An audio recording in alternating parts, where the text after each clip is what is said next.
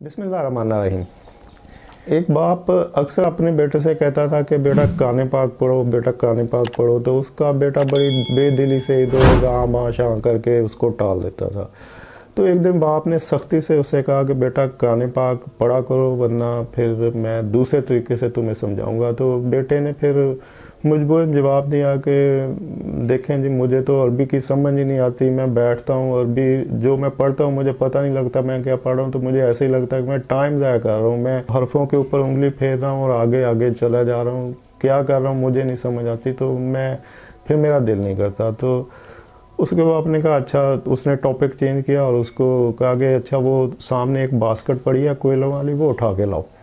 तो बेटा गया और वो कोयलों वाली बास्केट उठा के ले आया। बाप ने कोयले जो है ज़मीन पर डाले और वो बास्केट जो कि कोयलों से गंदी हुई थी, काली थी, ब्लैक और गंदी, वो उसको पकड़ाई कि बेटा ये बास्केट लो और जाओ सामने नदी से पानी फिल करके लाओ इसमें। तो बेटा गया और उसने पानी फिल किया और घर आ गया। लेकिन जब वो बाप के पास पहुंचा तो पता चला कि उसके नीचे कुछ छेद थे, कुछ लीक हो रहा था पानी। तो घर आते आते वो पानी सारा बह गया। तो बाप ने कहा अच्छा कोई बात नहीं, अब दोबारा जाओ और फिर पानी फिल करो और ले आओ। बेटा फिर गया, फिर आते आते फिर पानी सारा रास्ते में गिर गया। तो उसने कहा फिर जाओ। वो फिर गया, फिर यही हुआ। तो अब बाप ने फिर उसको बजाया कि फिर जाओ। अब 4-5 चक्कर लगाने के बाद बेटा इरिटेंट हो गया कि ये क्या आपने फजूल प्रैक्टिस लगाई हुई है, मुझे इसका क्या फ़ायदा तो कोई नज़र नहीं आ रहा है। आप पानी मंगवाते हैं वो रास्ते में गिर जाता है। तो इससे बेहतर है कि या आप पानी ना लें या आप कोई दूसरी बास्केट मुझे दे दें, मैं उसमें ला देता हूँ। तो बाप ने कहा अच्छा तुम एक चक्कर और लगाओ, तो अब देखते हैं कि पानी आता है कि नहीं आता। तो वो बच्चा फिर गया, फिर वही हुआ, पानी नहीं आया, पानी रास्ते में बह गया। तो अब बेटा वहाँ बास्केट फेंक के बैठ गया कि मैं नहीं अब जाऊँगा, ये तो फजूल की प्रैक्टिस है, आपने खाम मुझे तंग किया हुआ है।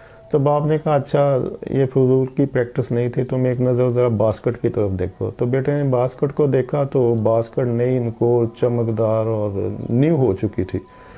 तो बाप ने कहा कि अब ज़रा इमेजिन करो जब तुम इस बास्केट को लेके गए थे पानी फिल करने के लिए फ़र्स्ट टाइम, तो उसकी क्या हालत थी। तो बेटे ने कहा उस वक्त ये बहुत गंदी थी, डर्टी थी, इसमें कालक थी, ये तो अंदर से बिल्कुल काली हुई हुई थी। तो बाप ने कहा अब क्या पोजीशन है। तो बेटे ने कहा अब तो ये बिल्कुल नहीं लग रही है। तो बाप ने कहा कि बेटा यही कुरान पाक पढ़ने का फ़ायदा है कि जब तुम पढ़ते हो, ख़्वाह वो तुम्हें समझ आता है या नहीं आता है, छोड़ दो और भी तुम्हारी ज़ुबान है या नहीं है, लेकिन जब तुम कुरान पाक पढ़ते हो तो वो तुम्हें अंदर से साफ़ कर देता है। वो तुम्हारे अंदर की सारी कालक ख़त्म कर देता है, वो तुम्हारे अंदर की सारी गंदगी मिटा देता है, वो तुम्हें नया बंदा बना देता है।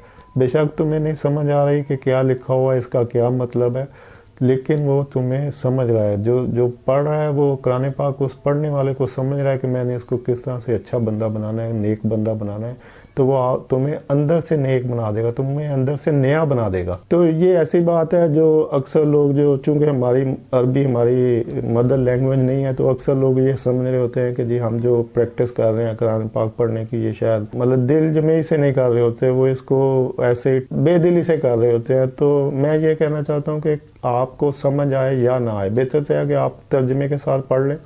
लेकिन लोगों की मसरूफियत होती है, वो समझते हैं कि अच्छा अब मैं पहले ये पढ़ूँ अरबी वाला, फिर मैं तर्जमा भी पढ़ूँ, तो ये तो बहुत टाइम है, तो मेरे पास इतना टाइम नहीं है। तो अगर आप इस बहाने की वजह से तर्जमे वाला भी नहीं पढ़ना चाहते और अरबी वाला भी नहीं पढ़ रहे, तो फिर आप ज़्यादती कर रहे हैं। आप कम से कम अरबी के साथ ज़रूर पढ़ें।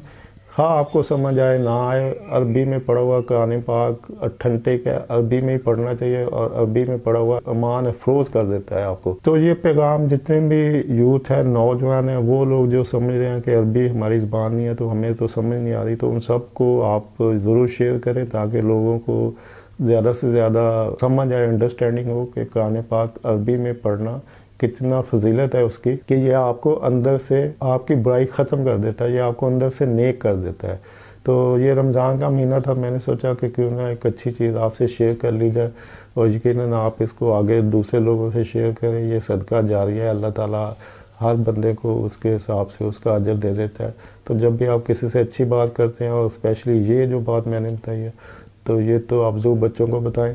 और वीडियो देखने के लिए आपका शुक्रिया। अल्लाह हाफ़िज़।